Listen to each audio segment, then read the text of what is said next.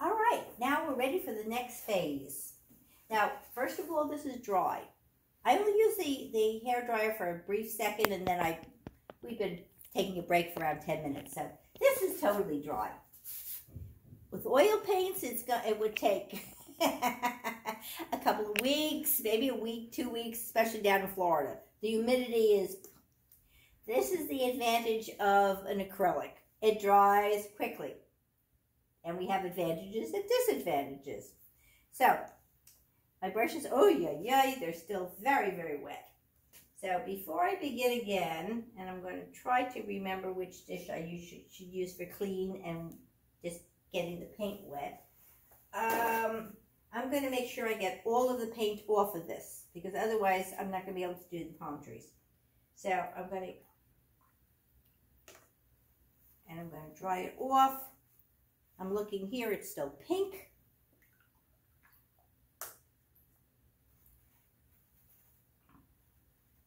It's still a little pink. I think it's pink in the furrows. Sometimes the paint gets right down into this area here. Let's try.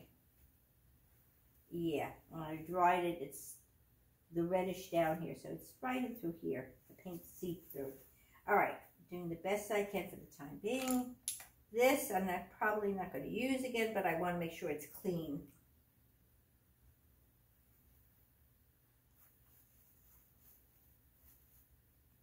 Now, when you have used the brush and you've rinsed it and so forth, and as you can see, pink is coming off on this one too, you put it to dry flat, not up and down, because if you put it up and down, what's happened is all the moisture, all the droplets are going to come down, and they're going to hit the bottom, and the base of the brush is going to deteriorate. So you want to put it flat. What I use at home is I basically use the top of a shoebox, and I cut ridges on both sides of the shoebox, and then I put my brushes in it. Right now I need another shoebox because the top, all my shoeboxes seem to be too strong and I can't cut the grooves. But it's excellent for putting the brushes long on them. All right, now looking at the photograph, we want to place the base of a couple of the palm trees. That's our first thought. Where should we put them? And I'm going to be putting a little line. When we take a look at the whole thing, the whole picture, we see this is one central palm tree coming up here. And then you've got these two that are kind of closer to the ocean, so further back. Then you've got like 3 of them that are closer to the ocean, and then we've got this one right on the edge, and this one right on the edge. So we're not going to do all of the trees. I mean, it's going to look like a hodgepodge. As you can see here, I just figured I would take a couple of the trees and I would play with them. Now, what I did realize is with the trees, with the palm trees, you've got they're very thin, and then you've got that round area where you've got the conglomeration of all the seed pods and so forth. And more of it it's a reddish area, but it almost looks like a ball. And so we have to be aware of this. Over here, I wasn't, and you can see you got a fat tree, and then you have no area for the base of the tree, where the seed pods come out. Here, the palm trees have this one area, then they have a long stalk coming from there, and all different directions, and then they have the leaves coming down from that one long stalk. If you look over here, I didn't get into the details. I found the shadowed areas, the palm trees the palm leaves that were not in the dark, that were not in the sun, and then the ones that were in the light were more green. So you have the lighter greens coming forward, and this is kind of the shadows. So you're going to be playing with greens, which was fun. And then here, because of the sunlight, the sun is hitting the green of the palm tree, of the leaves, and it's turning it visually into an orange color, which was perfect because I used the crimson red.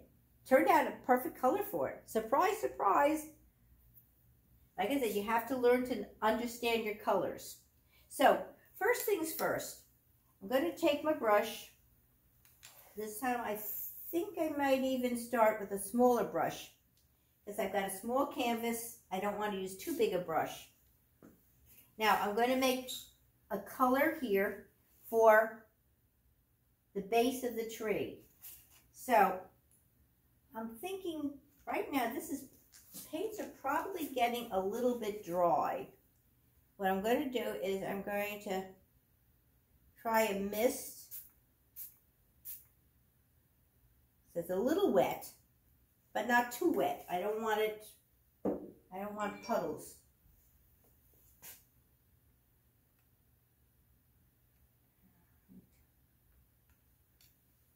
So, where's the brush I was going to use? All right. So, I'm going to be mixing. Now, I didn't have a brown. and this is like a brownish gray. So, what I did is I was mixing a complements. Here we go. Because of the way these colors were, I tried the yellow and the purple. And that kind of worked. I made another purple using the red. See, red and blue gives you the purple. So I made the purple. And then I mixed a little bit of yellow in it. And that created the brown, because the purple and yellow are complements. Remember, they're Easter colors, and you add a little together and they get to brown. Now, the only reason I didn't use the red and the green or the blue and orange is I didn't have orange, and the way the colors mixed, it didn't work out right. So sometimes you have to experiment. So, okay, I'm going to make the purple. I'm taking the red. Taking the blue again. And we got a purple. And then I'm taking a little bit of yellow.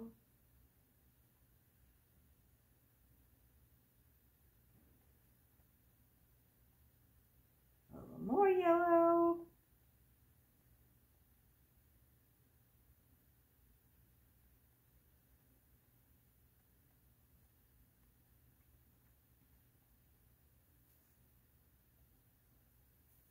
And I've got, not the same, I'm going to add a little bit of black to just darken it a little bit, cheating a little bit.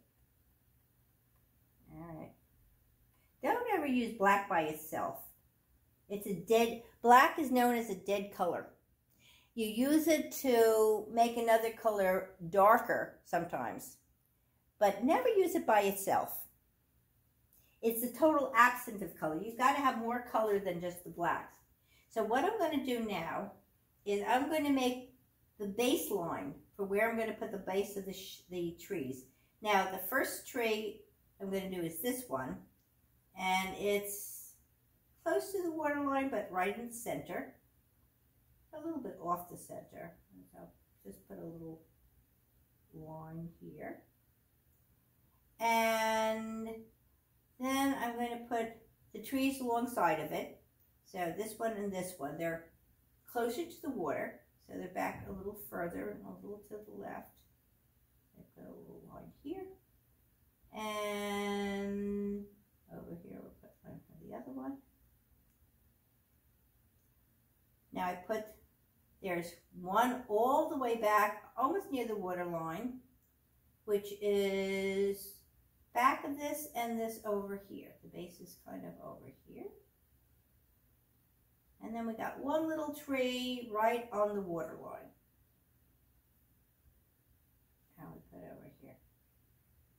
Okay, so that's those are the trees. Oh, and over here I put one more. I put the one kind of, this is almost like a triangle. Boom, boom, boom. So this goes right a little closer to the water, a little in between the water over. So it's over here. Okay. That's kind of an interesting thing. All right. Now, reason I put everything off to the left is, as you can see, this tree goes off to the right. So if it leans to the right, we want it to still be on the paper, on the canvas. All right. Now, the next thing would be to make the tree. So I'm going to wet this a little bit so I have a little bit of flexibility. And I'm going to make one long tree line. So for the main tree. So I'm going to leave it, got to leave plenty of room for the tree, for the leaves. So I'm going to start, let's say up here, and we'll just kind of, this kind of does a little, almost like an S. So it goes over here, and kind of works its way down. And like I said, I need a lot of paint.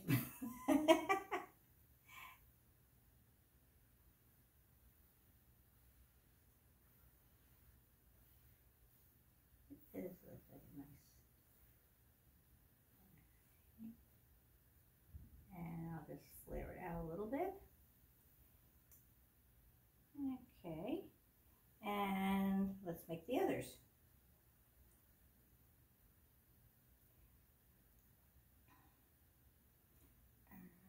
And let's see, let's do this one.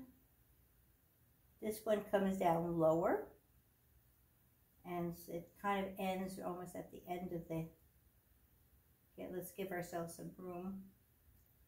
So it comes down around. Notice I keep adding a little water, so because I'm running out of paint, what's going to happen is the paint becomes very thin here. It becomes very extremely watery.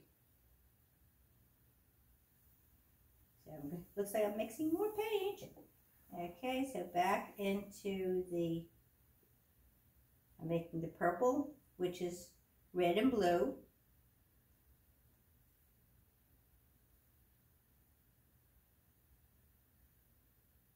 Try to make this similar color.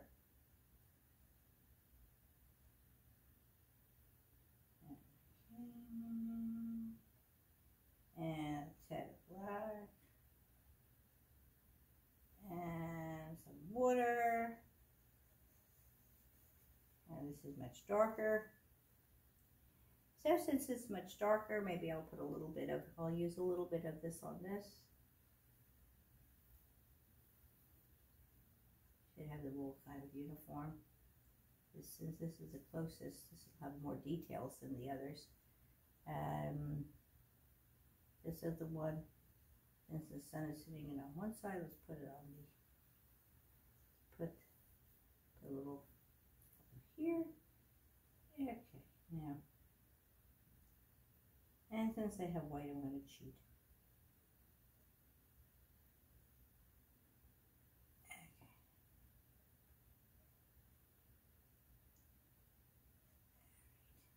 And a little more yellow into this.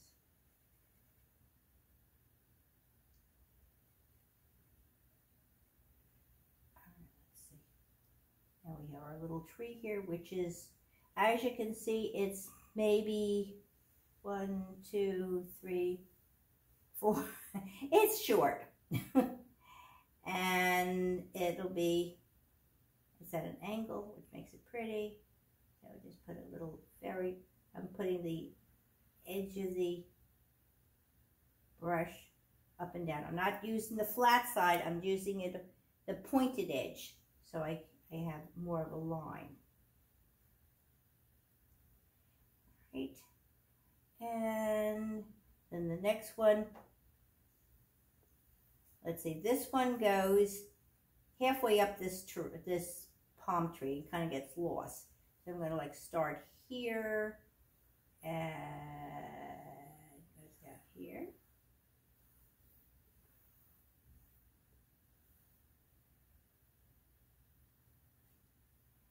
And then this one goes bigger base, and it goes behind this one.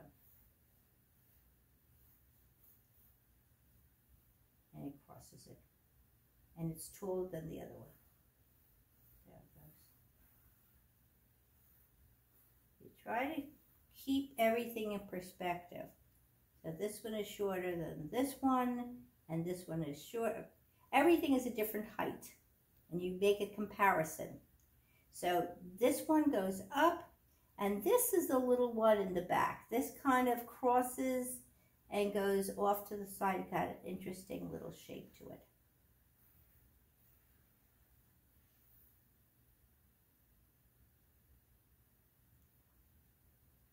Looks like the wind had its way with it.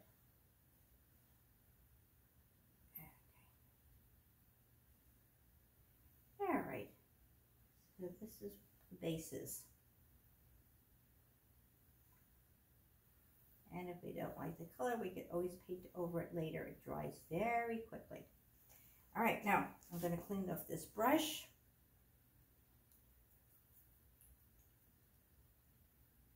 And take a break for a moment.